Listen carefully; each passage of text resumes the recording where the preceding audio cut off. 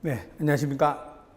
오늘부터 하이클래스 기본반을 시작을 하는데, 여러분들이 수업하기 전에 어떤 부분이 자주 나오는 단어인지, 또 어떤 부분이 좀 적게 나오는 단어인지, 중요하게 다뤄야 단어는 어떤 것인지, 이런 것을 알아보고 수업하는 게 좋을 것 같아서, 우선 제일 먼저 최근 4개년간 출제 빈도를 먼저 알아보고 수업을 하도록 합시다.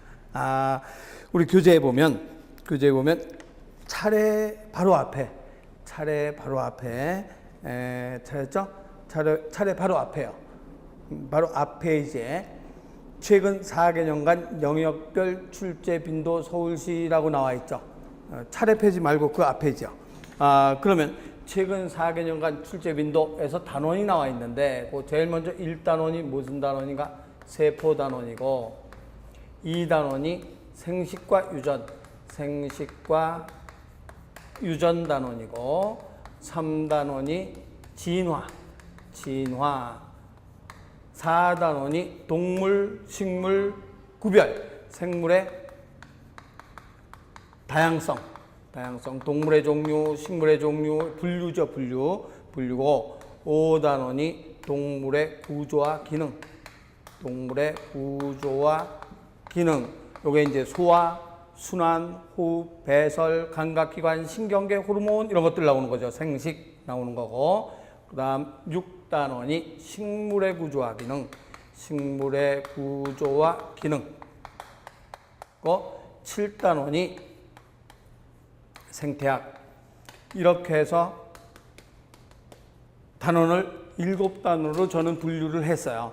보통 일반적으로 이 세포단원 앞에 생명체의 화학적 성분이라 해서 단백질, 질, 탄수화물 이걸 따로 한 단원으로 구별해서 8단원으로 구별한 책도 있어요.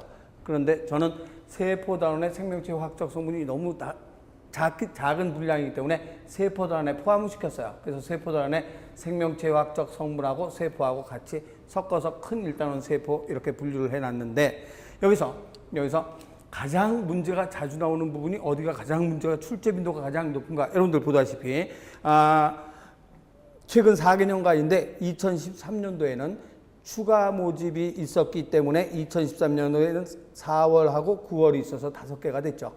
그런데 보니까 1번에 세포단원 보니까 1단원에서 2011년도엔 20%, 2012년도에 20%, 13년도에 15%, 2013년도 9월에는 30%, 또 2014년도에 20%가 나왔어요. 평균 약 20%의 출제 빈도를 보이고 있죠.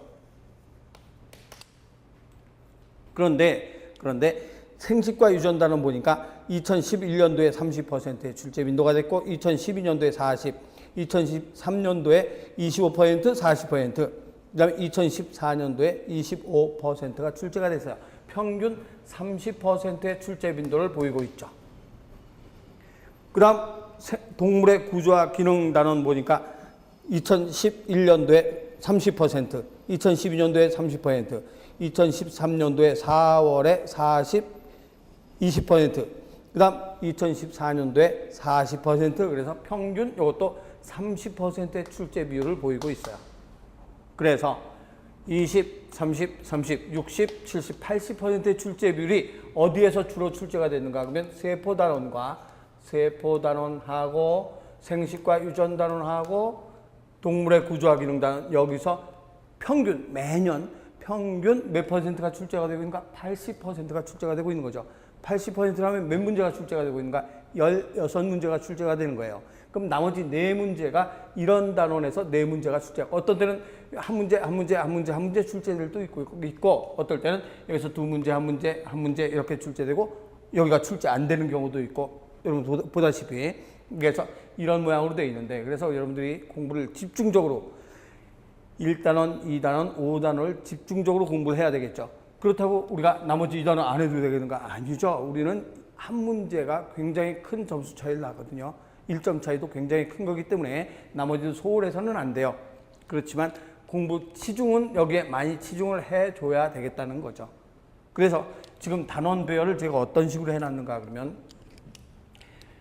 기본편하고 심화편 두 가지로 나눴는데, 기본편은 어떻게 되어 있는가 그러면 1단원 세포, 2단원 넘어가서 그 차례로 넘어갑시다. 차례에 보면 그 다음 페이지에 가면 기본편에 보면 1단원 세포가 있고 2단원에 생식과 유전이 있고 5단원 동물의 구조와 기능이 있고 6단원 식물의 구조와 기능 요 네 가지를 기본편으로 배열을 편성을 했어요. 그래서 여러분들이 차례를 보니까 1, 2, 그 다음에 3 나와야 되는데 왜 5인가? 그래서 이걸 큰 단원으로 제가 컨셉을 잡았어요. 잡아서 1단원, 2단원, 5단원 이렇게 놓은 거지 3단원은 진화하기 때문에 이건 심화편에 들어가 있는 거고 이렇게 해서 1단원, 2단원, 5단원, 6단원이 기본편에 있는 단원이에요. 그래서 기본편에 있는데 그런데 심화편 보니까 어떻게 되어 있는가? 심화편도 또다시 1단원, 2단원, 3단원, 4단원, 그 다음에 7단원 이렇게 나와 있죠. 그래서 심화편 보니까 1. 세포, 2. 생식과 유전 하고서 3. 진화, 4. 생물의 다양성 했는데 5가 아니고 7 나왔어. 5, 6은 기본편에 들어가 있으니까. 그러면 여기서 기본과 심화가 중복된 단원이 어딘가 그러면 1단원과 2단원이 기본과 심화가 중복되어 있거든요. 왜 기본과 심화를 1세포 단원을 중복시켜 놨는가? 그러면 이 세포를 배우다 보면 뒤에 있는 내용을 알아야 세포를 설명할 수 있는 게 있어요. 근데 이것을 그냥 기본편에서 다 설명을 해놓으면 너무 생물이 갑자기 어렵게 느껴지는 거죠. 그래서 여러분들한테 생물을 접근을 쉽게 느껴지도록 하기 위해서 같은 세포 단원이라도 뒤에 걸 하나도 몰라도 풀 수 있는 단원은 기본편에 넣고 뒤에 거를 알아야만 여러분들이 이해할 수 있는 거는 심화편에 넣고 그래서 기본편 1, 2, 5, 6단원 기본편을 가지고 2달로 완성을 해서 수업을 하고 심화편 1, 2, 3, 4, 7단원 이렇게 해서 2달로 해서 완성 수업을 해서 여러분들이 이 하이클래스 생물을 4개월에 걸쳐서 이 기본편, 심화편 이렇게 해서 이제 우리가 수업을 해 나갈 거예요. 그래서 우선 이렇게 제목을 설명한 이유는 단원이 왜 이렇게 순서대로 안 돼 있고 뒤죽박죽 돼 있는가? 1단원 나오고 2단원 나오고 갑자기 5단원 나왔는가? 이거는 내가 기본과 심화로 여러분들한테 이해하기 쉽게 이렇게 해서 제가 책을 집필을 했기 때문에 그런 순서로 해서 이제 공부를 하도록 하기 위한 거예요. 그래서 공부하는 순서는 이런 순서다는 걸 알아놓고 그러면 목차 즉 차례에 대한 내용은 됐고 구체적으로 우리가 수업을 일단은 세포 단원부터 수업을 들어가는데 세포 단원에 제일 먼저 생명체의 화학적 세포 단원에 원자의 구조와 화학 결합 여기서부터 들어가도록 합시다. 15페이지에 1번 원자의 구조 우리가 이제 제일 먼저 생명체를 구성하는 성분 생명체를 구성하는 화학적 성분의 원자가 가장 기본 단위가 되는 거죠. 그래서 원자는 어떤 것을 얘기하는가 알아보고 그 다음에 화합물로 들어가도록 할게요. 제일 먼저 원자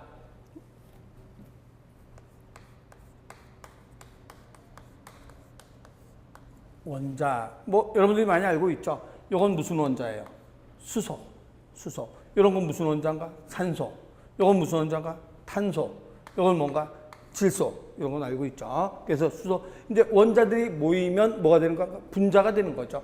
H2O 하면 뭐가 되는가? 물 분자. CO2 하면 이산화탄소 분자 이렇게 얘기를 하는 거죠. 그래서 원자들이 모여서 분자가 형성이 되는 거죠.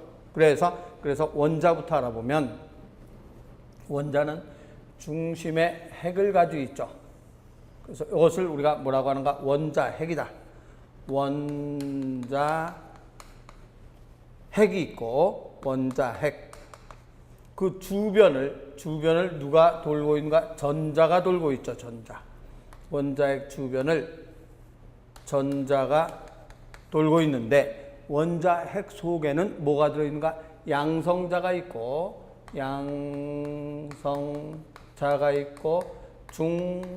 중성자가 있는데 양성자니까 양이면 뭐가 되는 건가? 플러스가 되겠죠. 그래서 양성자는 플러스 전기를 띠고 있는 양성자고 전자는 뭘 띠고 있는가? 전자는 마이너스 전기를 띠고 있죠. 그래서 원자핵 속엔 양성자가 있고 전자는 마이너스 전기를 띠고 있다. 그런데 원자핵에 양성자가 10개가 있으면 전자도 몇 개가 돌고 있는가? 10개가 돌고 있죠.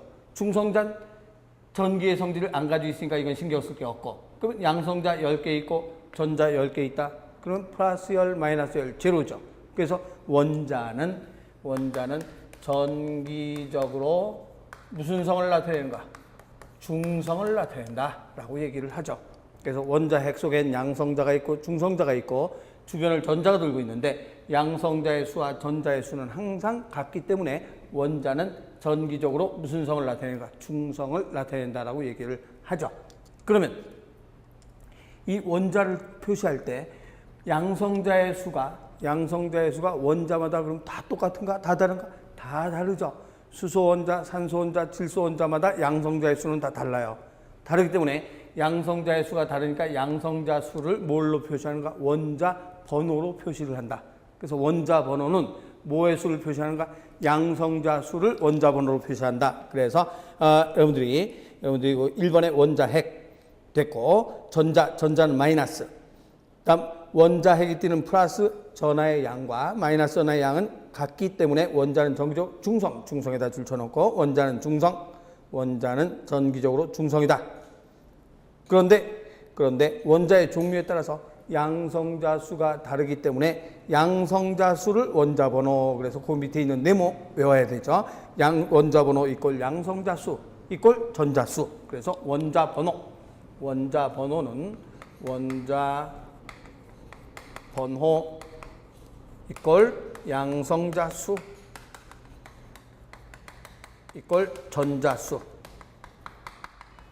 수를 얘기하는데, 그 원자 번호는 원자마다 양성자 수가 다 다르기 때문에 1번부터 쭉 다 달라요. 1번, 2번, 3번, 4번 쫙 있어요. 그래서 양성자 수, 전자 수라고 얘기한다. 그러면 질량수는 어떻게 되는가? 질량수란 말은 원자의 질량을 표시하는 거예요. 그래서 원자의 질량이기 때문에 무슨 양이라고 하는가? 원자의 질량이다, 원자량이라고도 하죠. 그래서 질량수 이꼴 원자의 질량이다, 원자량이라고 표시하는데, 뭐하고 뭘 갖고? 원자의 무게예요. 쉽게 얘기하면 원자의 무게, 원자의 질량. 양성자 수와 중성자 수의 합을 원자의 질량이라고 해요. 양성자 수와 중성자 수의 합을 원자의 질량이라고 한다. 그렇다면 양성자 수와 중성자 수의 합을 원자의 질량이다. 그럼 전자의 수는 왜 원자의 질량에 표시를 안 하는가? 그러면 워낙 작아서, 워낙 가벼워서 무시해도 되기 때문에 전자는 무시하고 이것만 원자의 무게를 하는 거예요. 뭐하고 어떻게 상상하면 되는가? 그러면 우리 몸무게 될 때 저울에 올라갔죠. 저울에 올라가서 내 몸무게를 재서 그때 60kg이에요. 그런데 파리가 한 마리 위에 앉았어. 그렇다고 더 무거워지는 건 아니죠. 파리가 2마리 앉았어. 무거워지는 거 아니에요. 그래서 이 전자가 10개가 있어도 더 무겁다. 100개가 있어도 더 무겁지 않아요. 파리가 100마리 앉아 있어도 안 무거운 거예요. 무게는. 그래서 전자의 수는 원자의 질량에 너무 무시할 정도로 작기 때문에 제외한다. 그래서 원자의 질량은 양성자 수와 중성자 수만 가지고 원자의 질량을 표시한다. 그래서 제일 밑에 2번 질량수 원자량은 양성자 수 플러스 중성자 수를 원자량이라고 한다. 이렇게 얘기를 하면 되죠. 그러면 16쪽 가서 원자의 표시 방법은 그럼 어떤 상태로 표시하는가? 원자의 표시 방법.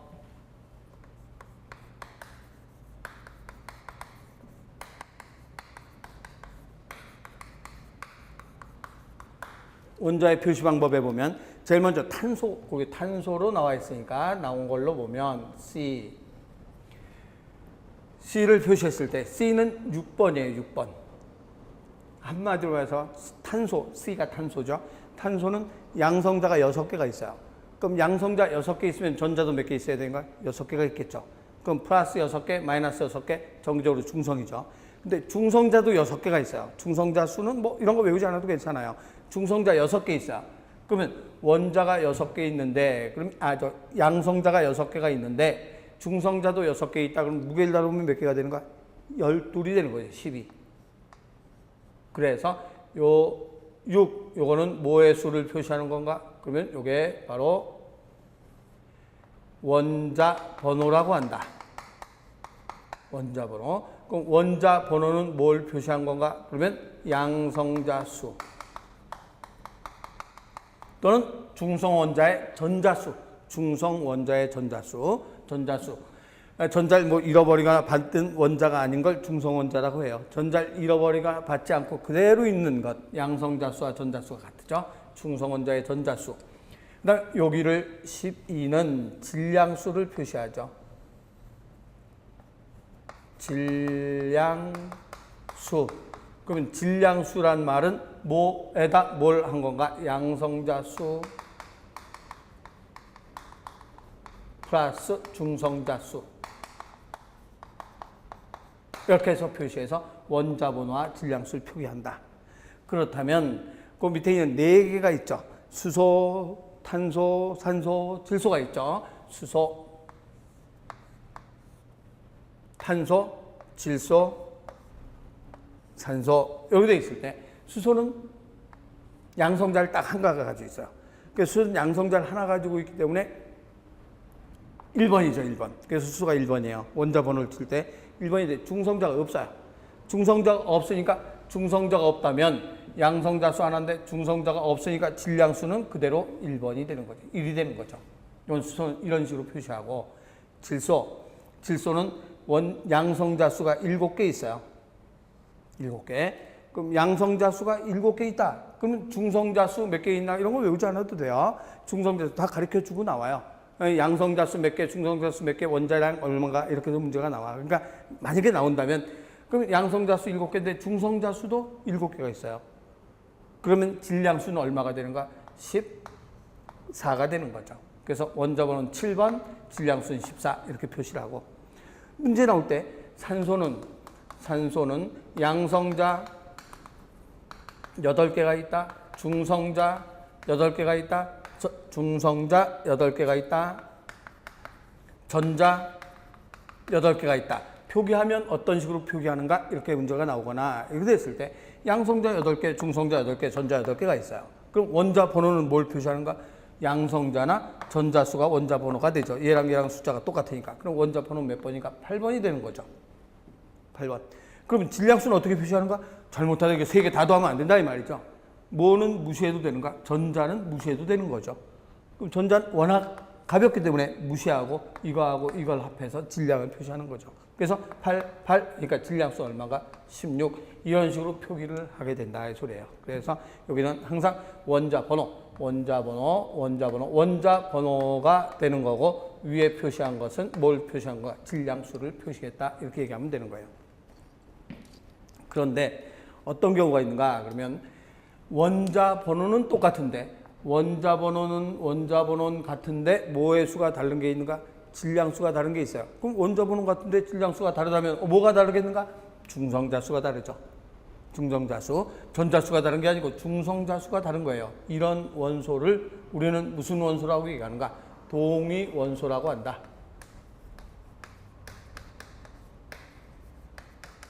그래서 동위원소는 원자 번호는 같지만 즉 양성자수는 같지만 중성자수가 다르니까 질량수가 다르게 된 것. 탄소를 예를 들면 탄소는 원자 번호는 6번이에요. 그런데 질량수도 6개인데 어떤 탄소는 질량수가 몇 개짜리가 있는가? 8개짜리가 있어요.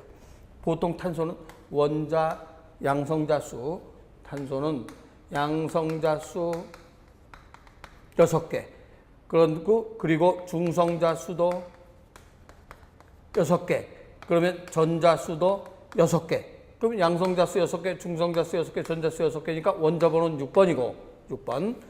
그리고 원자량은 얼마인가? 12가 돼야 되는데 중성자가 8개 있는 게 있다 이 말이에요. 그럼 얼마가 되는가? 14가 되는 거죠. 그러면 원자 번호는 똑같아요. 원자 번호는 똑같은데 질량수가 다르죠. 이런 원소를 우리는 무슨 원소라고 하는가? 동위원소.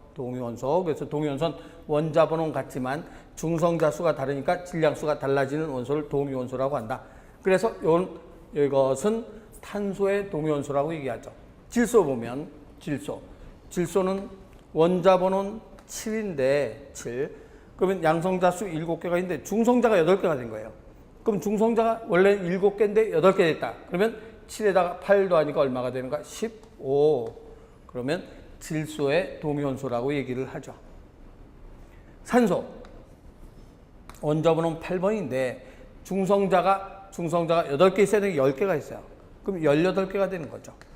그러면 이것은 뭐의 동위원소라고 얘기하는가? 산소의 동위원소라고 얘기를 하는 거죠.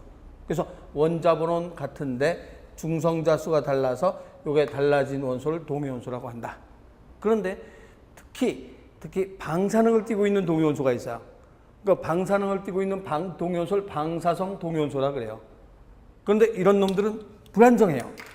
원래는 이래야 안정한데 동위원소는 중성자 수가 다르기 때문에 불안정하거든요.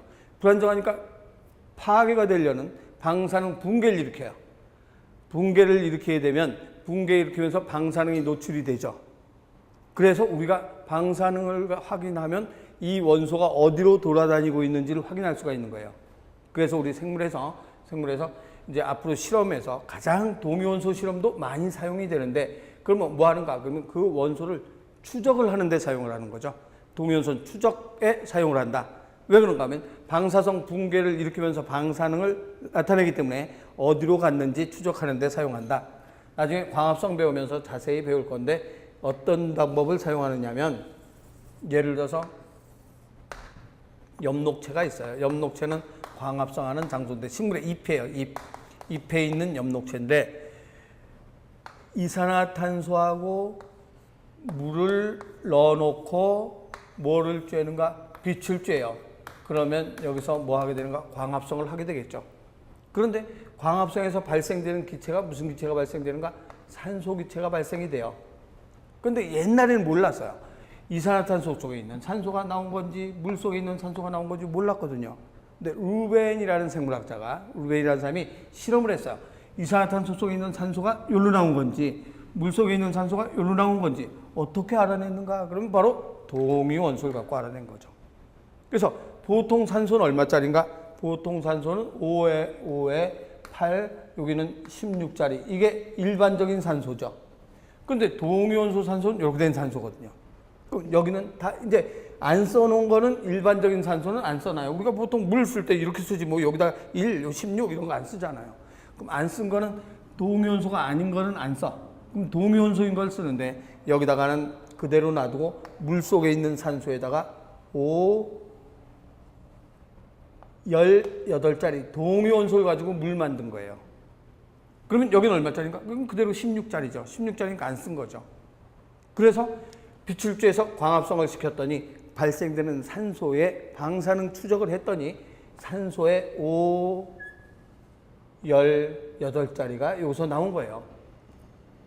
그럼 이걸 보고서 우리는 뭘 할 수 있는가? 아하, 광합성에서 발생되는 산소 기체는 물에 있던 산소가 튕겨나온 거구나 하는 걸 확실하게 알 수 있는 거죠. 그래서 이런 동위원소를 사용해서 어디에 있던 놈이 어디로 갔는지 이런 걸 확인하기가 가장 좋은 게 바로 동위원소, 특히 방사능을 띠고 있는 방사성 동위원소를 사용하면 금방 위치 추적이 가능하다. 출처를 알 수가 있다. 그래서 우리가 동위원소를 가장 많이 사용을 하죠. 그래서 이제 지금 배운 게 뭐에 대해서 배우는가? 원자에 대해서 배운 거예요. 원자는 중성이다. 원자는 중성이고 그다음에 원자에서 원자번호는 같지만 즉 양성자 수는 같지만 중성자 수가 다른 것을 어떤 원자라는 동위원소라고 얘기한다. 그래서 동위원소에 대한 얘기를 했고 그러면 원자 말고 이온은 뭔가? 이온. 원자는 정기적으로 중성이라고 했는데 이온은 어떤 것이 이온인가? 이온은 이 원자 핵 속에는 양성자가 있잖아요. 양성자는 이동을 안 하죠. 근데 그 주변에 맹맹맹 돌고 있는 전자가 왔다 갔다 해요. 그럼 전자를 얻거나 전자를 잃거나 해서 플러스나 마이너스 성질을 띈 것을 우리는 뭐라고 하는가? 이온이라고 해요. 그래서 원자는 정기적으로 중성이 돼. 플러스 10개면 마이너스 10개. 그래서 전기적으로 중성인 게 원자란 말이에요. 그런데 전자를 하나 어디서 얻어왔어요. 전자를 하나 얻어와서 마이너스가 11개가 됐다. 그럼 마이너스 하나 남으면 마이너스 하나 남는 놈이 됐기 때문에 뭐라고 얘기하는가? 이온이라고 해. 그래서 이온이라는 한마디로 얘기하면 전기를 띈 것, 즉 전하를 띈 것. 전하를 띈 것을 이온이라고 한다. 그래서 16쪽 제일 밑에 이온 하면 전자의 이동에서 원자핵의 전하양과 전자가 가진 마이너스 전하양의 차이가 생겨서 그 밑에 줄 쳐놓으면 되죠. 전하를 띠게 된 입자, 전하를 띠게 된 입자를 이온이라고 한다. 그럼 왜 마이너스를 잃거나 얻는가? 그 이유는 왜 그런가? 그럼 바로 17쪽에 가서 옥텟 규칙이라는 성질이 있기 때문이죠. 그럼 옥텟 규칙이란 뭔가? 옥텟 규칙이란 이 전자는 제일 안쪽에는 2개가 있어야 안정해요. 그런데 그 다음부터는 8개씩만 가져야 안정해요. 그러니까 제일 안쪽에 전자는 2개가 있어야 되고 제일 안쪽에 2개, 그 다음부터는 8개씩 있어야 안정하지 7개나 9개나 10개 있으면 불안정하거든요. 그럼 전자를 잃거나 얻어서 8개를 채우려는 규칙을 옥텟 규칙이라 해요. 그래서 가장 안쪽에는 전자가 2개의 전자가 있고 전자가 가장 안쪽엔 2개가 있고 그 다음부터는 전자가 몇 개가 있어야 되는가? 8개씩. 전자가 8개씩 있어야 안정한 2개, 8개 이렇게 돼 있어야 안정한 구조를 가지고 있게 된다. 이러한 규칙을 옥텟 규칙이라고 한다. 그래서 가장 안쪽에 2개, 그 다음 바깥쪽에 8개 있어야 안정하게 된다. 이것을 옥텟 규칙이라고 한다. 그럼 이 규칙을 따라야 원자들이 안정한 상태로 변하거든요. 그럼 예를 들어서 나트륨을 한번 봅시다. 나트륨. 그러면 나트륨 같으면 어떻게 되는가? 나트륨 같으면 원자 번호가 11번이에요. 그럼 원자 번호가 11번이다. 그러면 11번이면 전자도 몇 개가 있어요? 양성자가 11개 있으니까 정자도 11개가 있어야 되거든요. 그럼 전자가 하나, 둘, 그럼 제일 안쪽에 2개 있으니까 더 이상 안 들어가야 돼요. 안정하게 되려면. 그 다음부터 몇 개 있어야 되는 거예요? 8개가 있어야 돼요. 하나, 둘, 셋, 넷, 다섯, 여섯, 일곱, 여덟. 그럼 합해서 몇 개인가? 10개거든요. 그럼 11개가 돼야 되지, 전자가 11개 되기 위해서는 그 다음 각에 또 하나의 전자 하나가 있어야 되죠. 이 상태가 되면 어떻게 돼야 되는가? 그러면 플러스가 하나, 둘, 셋, 넷, 다섯, 여섯, 일곱, 여덟, 아홉, 열, 11. 그러면 안정하게 옥텟 규칙을 채우기 위해서는 바깥쪽을 8개 채워야 되잖아요. 그럼 7개 얻어오는 것보다 1개를 버리는 게 훨씬 편하거든요. 그래서 이 나트륨은 계속 1개를 버리려고 하고 있어요. 그러다가 마땅한 데 있으면 1개를 딱 버려요. 그럼 하나를 버리게 되면 지금 현재는 나트륨 원자예요. 원자였었는데 하나를 버리는 순간 뭘로 변하는가? 그러면 나트륨 원자였었는데 하나를 버리는 순간 플러스는 11개가 되는데 마이너스 하나 버린다면 10개가 됐거든요. 그럼 플러스 하나가 남죠. 그래서 플러스가 남기 때문에 여기에 플러스 하나 남는다. 그래서 플러스 이온이라는 말로 표시를 하죠. 그래서 전자 하나를 버리면 플러스 이온. 그럼 전자 하나를 얻어오면 이 버린 전자를 또 어떤 놈 또 얻어야 될 거 아니에요. 얻어오면 음이온이라고 하죠. 그래서 양이온이란 말은 전자 하나를 버려서 플러스 하나가 남게 된 것을 우리는 나트륨 이온이라고 한다. 그런데 플러스 하나가 남으니까 양이온이라고 한다. 그래서 우리 교재에 보면 양이온이란 말은 금속 원자가 전자를 잃었으니까 플러스 하나가 남게 되는 현상. 그래서 양전할 띈다. 음이온은 반대죠. 음이온은 비금속 원자가 전자를 얻어오면, 전자 플러스 하나를 얻어오면 내가 플러스가 하나 남죠. 그래서 마이너스 하나 남으니까 음이온이라고 얘기를 한다. 그래서 지금 이건 정기적으로 중성인 것은 원자가 되는 거고, 원자는 플러스와 마이너스의 개수가 항상 같다? 정기적으로 중성이다. 그래서 플러스와 마이너스는 밖에 2, 8이 돼야 안정하기 때문에 버리거나 얻어서 이런 모양으로 됐을 때 이온이라고 한다.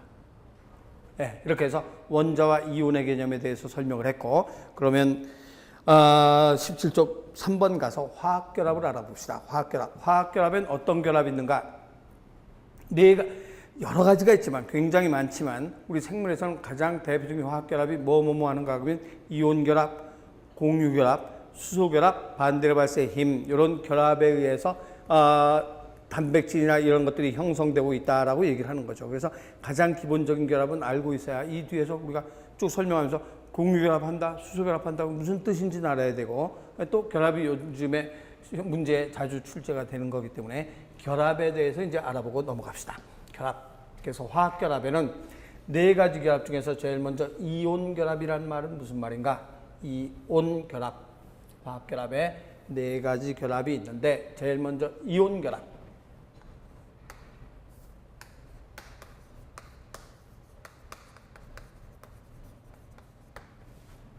방금 전에 설명한 나트륨 보면 나트륨은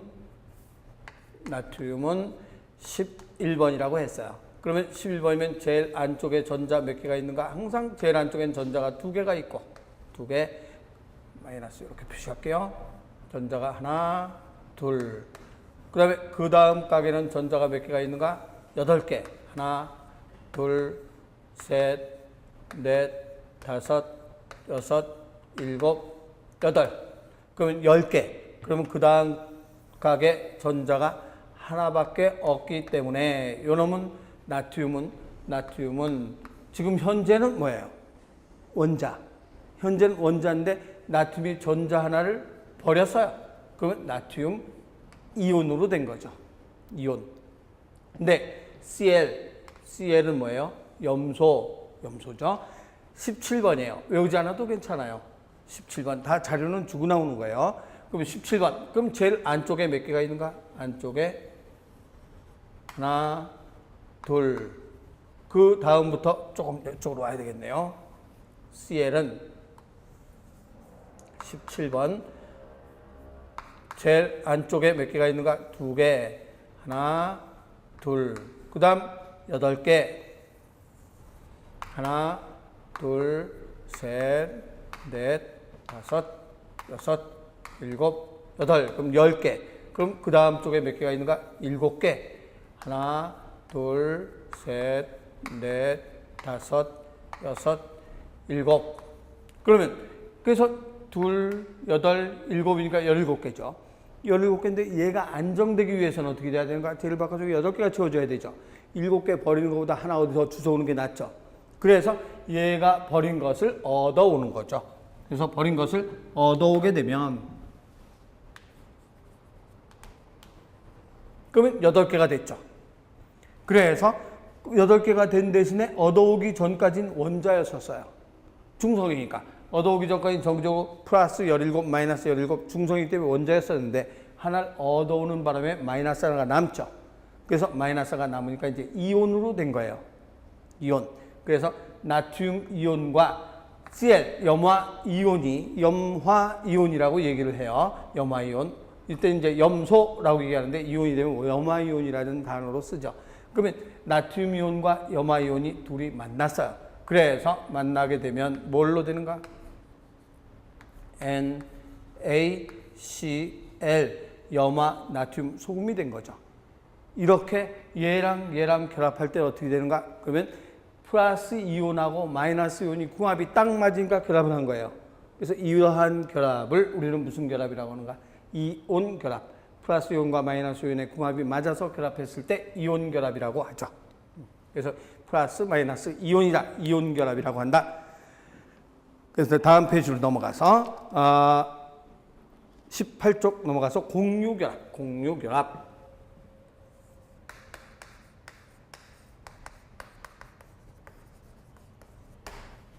마찬가지 공유. 이온이라는 말은 플러스 이온과 마이너스 이온이 궁합이 맞아서 결합하는 건 이온 결합이고 공유결합은 서로 공통적으로 소유한다는 뜻이에요. 공통적으로 소유하는 결합. 뭐를? 전자를. 그래서 전자를 서로 공통적으로 소유하는 결합을 공유결합이라고 한다.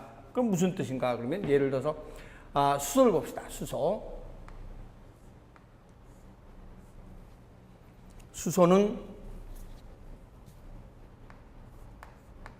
수소는 1번이니까 전자가 몇 개가 있는 건가? 하나가 있는 거죠. 하나. 하나의 전자를 가지고 있어요. 불안정하죠. 그럼 요 수소도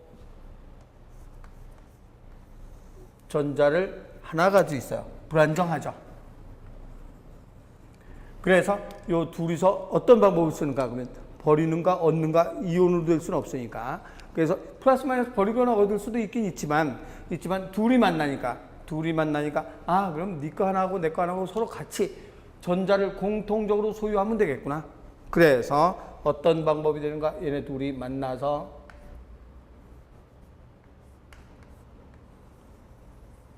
전자 하나 그리고 둘이 붙었어요. 그래서 이렇게 됐어요. 빨간 거는 얘가 가지고 있는 전자, 파란 거는 얘가 가지고 있던 전자. 그래서 체외각에 얘도 두 개가 된 거고 요놈도 두 개가 된 거죠. 그래서 서로 전자를 한 개씩 공유하고 있었기 때문에 두 개를 채워진 결합 이런 것들을 우리는 공유결합이라고 한다. 전자를 공통적으로 소유한다. 네 거 내 거 같이 공통적으로 소유해서 야 나도 두 개, 얘도 두 개 이렇게 된 거죠. 산소를 보면 제일 안쪽에 전자가 몇 개 있는가? 두 개가 있죠. 하나, 둘 있고 그 다음부터 전자가 8개씩 돼야 되는데 산소는 원자 번호가 6번이니까 몇 개만 있어야 되는가? 하나, 둘, 6번이 아니라 8번. 8번이니까 하나, 둘, 셋, 넷, 다섯, 6개가 있어야 되죠. 빨간 걸로 해야죠. 하나, 둘, 셋, 넷, 다섯, 6. 그래야 8번. 원자 번호 8. 그러면 하나, 둘, 셋, 넷, 다섯, 여섯, 일곱, 여덟, 6개 딱 채워졌어요. 그런데 최외곽엔 6개밖에 안 되거든요. 그럼 2개를 얻어와야 되잖아요. 그런데 이 산소도 마찬가지죠. 산소도 안쪽에 하나, 둘 있고 하나, 둘, 그 외곽에 하나, 둘, 셋, 넷, 다섯, 여섯. 그래서 8번이 됐단 말이에요. 그럼 이 산소가 어떻게 돼야 되는가? 얘를 공유하자. 공유하면 되겠구나. 그래서 이 산소가 5 해서 하나, 둘이고 그 다음에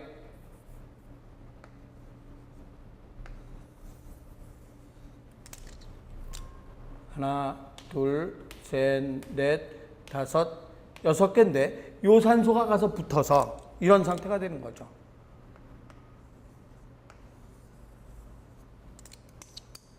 하나, 둘 있고 그 다음 각에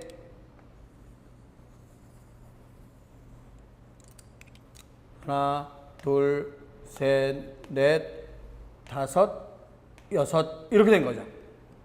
그러면 얘도 빨간 거 하나, 둘, 셋, 넷, 다섯, 6에다가 얘 거 2개를 같이 공유해서 7, 8개가 된 거고 요쪽도 파란 거 하나, 둘, 셋, 넷, 다섯, 6개에다가 빨간 거 2개를 더 공유해서 8개가 된 거죠. 그럼 얘도 8개, 얘도 이렇게 채워졌죠.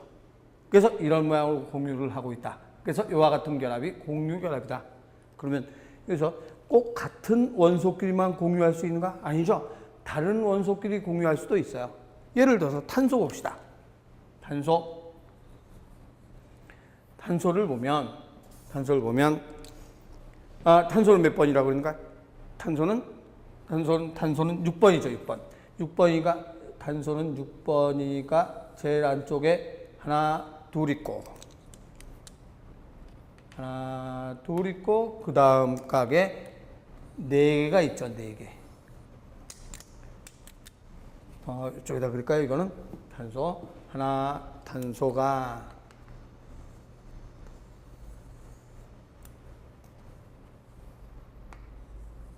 제일 안쪽에 2개가 있고 그 다음 쪽에 4개가 있죠.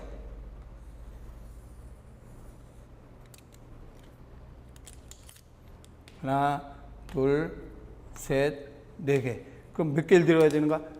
4개를 데려와야 되거든요. 4개를 더 전자를 데려와야 되는데 4개를 한 놈한테서 다 데려오는 것도 있겠지만 한 놈한테 다 데려오는 게 아니라 한 놈에서 하나씩 데려와서 4놈하고 붙어도 되는 거예요. 그럼 한 개 가지고 있는 놈이 누군가? 수소죠, 수소바. 그래서 이 수소가 자기는 한 개밖에 없으니까 얘랑 공유하면 자기 거 하나 이렇게 돼 있죠. 그럼 수소가 둘로 안정하게 돼 있죠. 그런데 얘는 아직 불안정하니까 수소를 또 데려오죠. 그래서 수소가 갖고 있던 전자 하나 또 공유하죠. 또 수소를 또 내려오죠. 그래서 수소가 가지고 있는 전자를 또 하나 공유하죠. 또 수소를 또 내려오죠. 수소가 가지고 있던 전자 또 하나 공유하죠. 이렇게 되면 수소 입장으로도 수소도 하나 둘, 얘도 둘, 얘도 둘, 얘도 둘 안정하지. 탄소의 입장으로 봐도 하나 둘 셋 넷 다섯 여섯 일곱 여덟 딱 안정하죠. 그래서 서로 안정하게 공유했다. 이런 것을 공유결합이라고 얘기하는데, 그래서 우리가 보통 얘는 전자를 몇 개씩 공유하고 있는가? 한 개씩 공유하고 있어요. 서로 네 거 하나 내 거 하나 공유해서 두 개가 됐어요. 그래서 한 개씩 공유했으니까 공유결합이 하나만 공유결합이 된 거죠. 그런데 얘는 공유를 어떻게 했는가? 전자 두 개씩 공유하고 있어요. 산소는. 그래서 산소는 전자를 두 개씩 공유하고 있다. 그래서 이중으로 해놓죠. 그러니까 두 개씩 공유하고 있는 거예요. 탄소는 전자를 몇 개 공유하고 있는가? 하나, 둘, 셋, 네 개나 공유하고 있네요. 그 네 개나 공유하고 있으니까 하나, 둘, 셋, 네 개를 공유하고 있어요. 그럼 수소는 몇 개 공유하고 있는가? 수소 입장으로는 하나만 공유하거든요. 그래서 수소 입장으로는 하나, 수소 입장으로는 하나, 수소 입장으로는 하나, 수소 입장으로는 하나, 이렇게 해서 하나씩 공유하고 있어요. 그래서 탄소의 입장으로는 네 개를 공유하고 있고, 수소 입장은 하나, 산소 입장은 두 개, 수소는 하나. 그래서 내가 이제 지금부터 계속 설명을 하면서 8이라는 단어를 나는 써요. 그럼 수소는 8 몇 개 가지고 있는가? 하나 가지고 있다는 소리는 하나씩 공유하고 있다는 소리예요. 산소는 8 몇 개 있는가? 두 개 있다. 두 개씩 공유하고 있다. 탄소는 8 몇 개 있는가? 네 개가 있다. 네 개씩 공유하고 있다. 그래서 이걸 공유하고 있다. 무슨 결합이라고 하는가?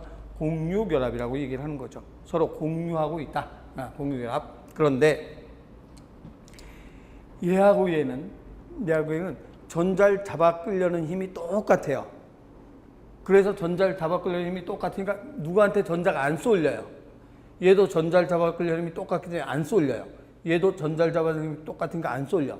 그래서 전자가 안 쏠리게 이런 모양으로 공유결합하고 있는 것도 있지만, 어떤 거는 전자를 잡아 끌려는 힘이 센 놈이 있어요. 그럼 한 놈은 세고 한 놈은 약해. 그럼 요 놈은 전자를 잡아 끌려는 힘이 세고 얘는 약해. 그럼 얘가 가지고 있는 전자가 여기로 약간 쓸려가죠. 쓸려가면 전자가 이쪽으로 끌려가니까 얘는 마이너스를 기운을 띠고 있는 거예요. 얘는 전자가 일로 쏠려가니까 얘는 플러스 기운을 띠고 있는 거죠. 그래서 똑같은 놈이 얘는 마이너스 기운 띠고 있고 얘는 플러스 기운 띠고 있으니까 플러스 마이너스 극을 가지고 있게 된 거죠. 그렇게 되면 무슨 성 공유결합이라는가? 극을 가지고 있으니까 극성 공유결합이라고 그래요. 근데 얘는 어떻게 되는가? 얘는 극이 없어요. 똑같이. 얘가 전자를 잡고 끌려면 똑같으니까 극이 없죠. 플러스 극, 마이너스 극이 없거든요. 똑같으니까 극이 없어요. 똑같으니까 극이 없어요. 그래서 이런 공유결합을 우리는 무슨 공유결합이라는가? 비극성 공유결합이라고 해요. 그런데 극성 공유결합이란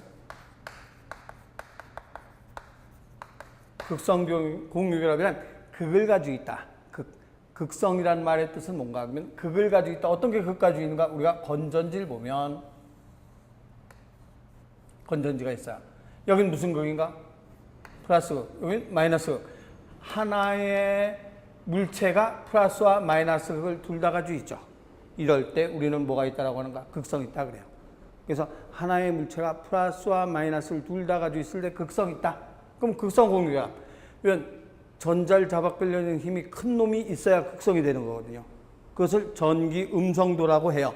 거기 잠깐 갔다가 올게요. 잠깐만 갔다 오면 19쪽에 첫 번째 줄에 전기 음성도가 큰 원자 하고서 뭐라고 되어 있는가? FON이라고 되어 있어요. 그럼 전기 음성도가 큰 원자 FON이라고 되어 있는데 그 밑에 그림에 보면 그림에 FON 해놓고 전기 음성도가 크다. 무슨 소린가? 그러면 공유 전자쌍을 당기는 경향성의 크기.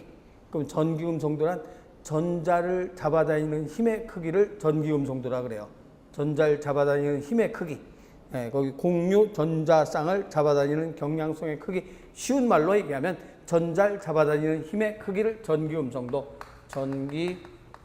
전기음성도란 말은 음성도란 말은 전자를 잡아다니는 힘의 크기. 그럼 전자를 잡아다니는 힘의 크기를 전기음성도라 그러는데 전기음성도가 큰 것이 바로 뭐가 있는가? FON 있다. 불소, 산소, 질소가 있어요. 그러면 이 전기음성도가 큰 게 결합했다? 그러면 무슨 얘기냐면 산소 봅시다. 산소죠. 전기음성도가 크죠. 그럼 산소는 전자를 안쪽에 몇 개 있는가? 2개. 1개, 2개 있고 그 안쪽에 몇 개가 있는가? 그 다음에는 산소는 8번이니까 6개가 있어야 되겠죠. 그래서 하나, 둘, 셋, 넷, 다섯, 6개가 있어요. 그럼 몇 개가 돼야 안정한가? 8개가 돼야 안정하니까 요거를 2개를 데려오는데 산소끼리 만나면 산소둘, 산소둘 이렇게 가지고 올 수도 있어요. 그런데 수소하고 결합할 수도 있어요. 얘도. 우리가 아까 여기 잠깐만 보면 산소끼리 결합할 수도 있지만 같은 원소끼리 결합할 수도 있지만 탄소 같으면 수소끼리 결합하죠. 산소도 수소 데려올 수도 있어요. 그럼 얘가 수소를 데려오면 어떻게 되는가?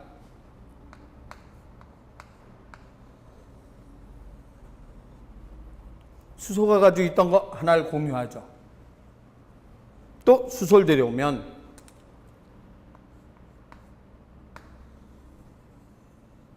수소가 가지고 있던 거 하나를 공유하죠. 네, 이런 식으로 해서 산소도 하나, 둘, 셋, 넷, 다섯, 여섯, 일곱, 여덟 안정하죠. 수소도 하나, 둘 안정하죠. 수소 하나, 둘 안정하게 됐죠. 이렇게 해서 H2O 물이 되거든요. 그럼 이렇게 물이 만들어졌을 때 전기음성도 FOA 전기음성도가 크다 그랬어요. 여러분 전기음성도가 크죠. 전기음성도가 크고 얘는 F1에 안 들어가니까 전기음성도가 작지. 그러면 전자를 누가 더 잡아 끌려는 힘이 큰가? 그렇죠. 산소가 전자 잡아당기는 힘이 크거든요. 그럼 전자를 끌어당겨요. 전자를 끌어당겨요. 그럼 전자는 마이너스거든요. 마이너스 자꾸 당기게 되니까 이쪽은 마이너스 기운이 생기는 거죠. 얘는 마이너스를 자꾸 뺏기니까 플러스 기운이 생기게 되는 거죠. 이런 식이 됩니다. 그래서 똑같은 물인데 한쪽은 마이너스, 한쪽은 플러스. 그래서 똑같은 물이 한쪽은 플러스, 한쪽은 마이너스를 가지고 있다. 이런 것을 극성 있다라고 얘기하는데 이러한 결합은 극성 공유결합이다. 그래서 비극성 공유결합이란 서로 똑같은 입장에서 전자를 공유하고 있을 땐 비극성 공유결합. 극성 공유결합이란 전기음성도가 큰 놈이 더 많이 뺏어올 때 극성을 가지고 있다. 그래서 이와 같은 극성 공유결합을 한다. 그래서 이 수소의 결합이 수소끼리 결합하거나 이런 것끼리 결합할 땐 비극성이지만 산소와 수소가 결합할 때는 전기음성도가 큰 놈이 이걸 끌어다녔기 때문에 이런 공유결합은 극성 공유결합이라고 한다. 예, 이렇게 해서 이제 우리가 지금 무슨 결합에 대해서 했는가? 이온 결합, 공유 결합에 대해서 했죠. 그러면 그 이외에 이제 수소 결합하고 또 반대로 발생의 힘이 있는데 그 시간이 조금 됐으니까 수소 결합부터 조금 쉬었다가 수소 결합하고 반대로 발생의 힘을 해 나가도록 합시다.